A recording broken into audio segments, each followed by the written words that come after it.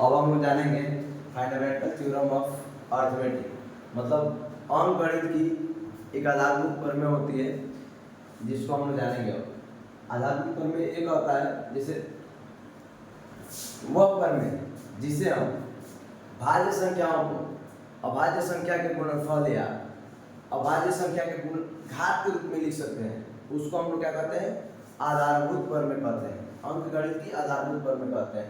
जैसे मान लीजिए हमको लिखना है 16 लिखना है, तब इसको अभाज्य के रूप में क्या लिखेंगे, 2 × 2 × 2 × 2।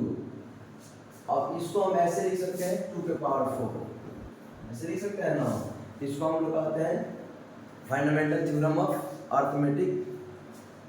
ओके, अब हम अभाज्य गुणनखंड द्वारा एचसीएफ और एलसीएम निकालना सीखेंगे। अभाज्य गुणनखंड को इंग्लिश में हम लोग कहते हैं प्राइम फैक्टर मेथड। तो इस तरीका से बहुत ही आसानी से एचसीएफ और एलसीएम फाइंड कर सकते हैं। तो चलिए देखते हैं। जैसे मान लीजिए हम एक ले लिए 12 और 16 का एचसीएफ और एलसीएम ज्ञात कीजिए। तो जैसे 12 16 ले लीजिए, पहले हम इसका प्राइम फैक्टर निकालेंगे, अभाज्य गुणनखंड निकालेंगे। 12 का क्या होगा, 2 से जाएगा 6 टाइम्स में, फिर 2 से 3 टाइम्स में, फिर 3 से 1 टाइम्स में।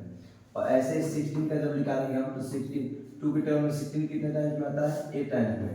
ऐसे फिर 2 के टेबल में कितने टाइम्स में आता है, 8 4 टाइम्स में। फिर 2 के टेबल में 4 2 टाइम्स में, और 2 के टेबल में 2 1 टाइम्स में।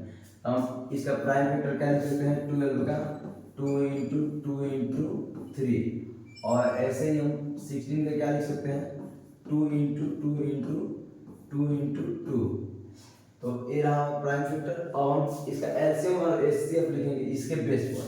तो हम एचसीएफ कैसे लिखेंगे, जो दोनों में होता है उसको हम एचसीएफ कहते हैं, जो दोनों में होता है उसको हम एचसीएफ कहते हैं। तब 1 2 और 1 2 दोनों में, तो इसके बदले में 1 लिख देंगे हम इंटू, फिर यह 2 और यह 2 दोनों में, इसको 1 2 लिख देंगे।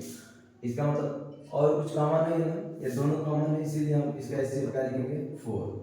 और एलसीएम कैसे फाइंड करते हैं, एलसीएम फाइंड करने के लिए जो एलसीएम जो कॉमन होता है उसको तो 1 1 लिखते हैं, जो कॉमन होता है उसको तो मान लीजिए 1 2 × 2 लिख दिए, और जो बचा है उस सबको भी लिख देते हैं इंटू 3 × 2 × 2 इक्वल टू 2 × 4 4 3 12 और 12 2 24 24 2 48। तो इसका एलसीएम रहा 48।